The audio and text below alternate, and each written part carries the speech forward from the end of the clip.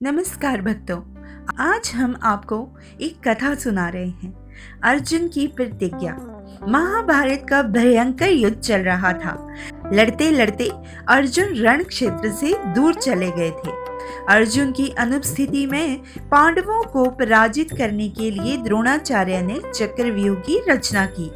अर्जुन पुत्र अभिमन्यु चक्रव्यूह भेदने के लिए उसमें घुस गया। उसने कुशलता पूर्वक चक्रव्यूह के 6 चरण भेद दिए, लेकिन 7वें चरण में उसे दुर्योधन, जयद्रथ आदि 7 महारथियों ने घेर लिया और उस पर टूट पड़े।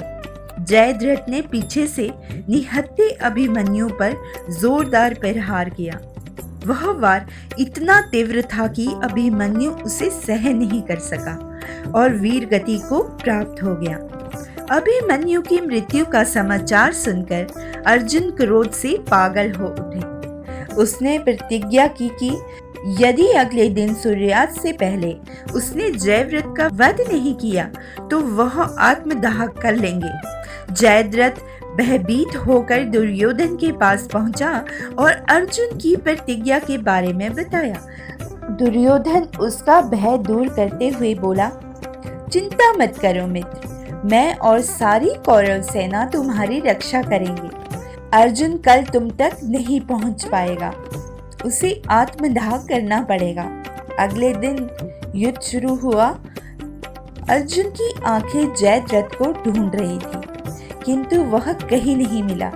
दिन बीतने लगे। धीरे धीरे अर्जुन की निराशा बढ़ती गई। यह देख श्री कृष्ण बोले, पार्थ, समय बीत रहा है और कौरव सेना ने जयद्रथ को रक्षा कवच में घेर रखा है। अतः तुम शीघ्रता से कौरव सेना का संहार करते हुए अपने लक्ष्य की ओर बढ़ो।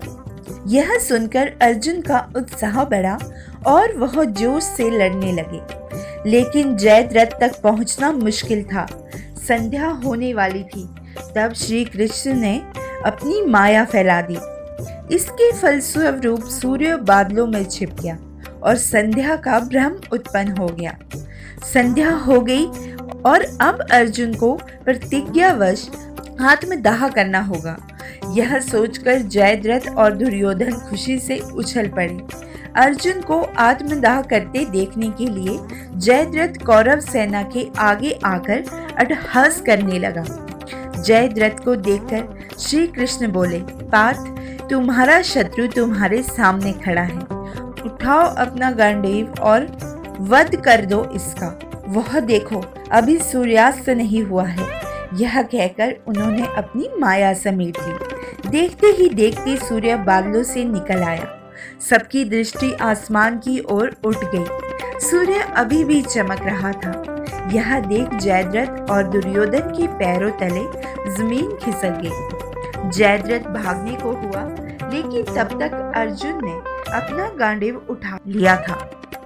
तभी श्री कृष्ण चेतावनी देते हुए बोले, हे अर्जुन, जयद्रथ के पिता ने इसे वरदान दिया था कि जो इसका मस्तक जमीन पर गिराएगा उसका मस्तक भी 100 टुकड़ों में विभक्त हो जाएगा।